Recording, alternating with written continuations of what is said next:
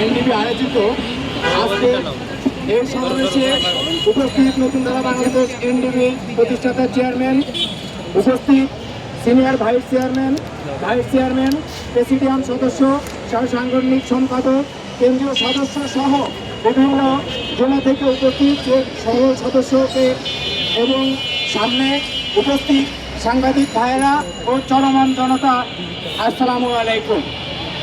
আমরা বলতে চাই, আজকে নতুনধারা বাংলাদেশ এনডিবির পক্ষ থেকে একটি কথা বলতে চাই।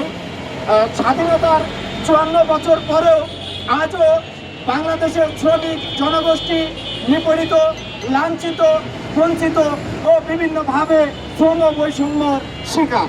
আমরা অনতিবিলম্বে সরকারের শ্রম উপদেষ্টাকে দৃষ্টি আকর্ষণ করতে চাই, বাংলাদেশের কোনো শ্রমিক বৈষম্য থাকবে না এবং কোনো মজুরি বৈষম্য থাকবে না। এই দাবি আজকের এই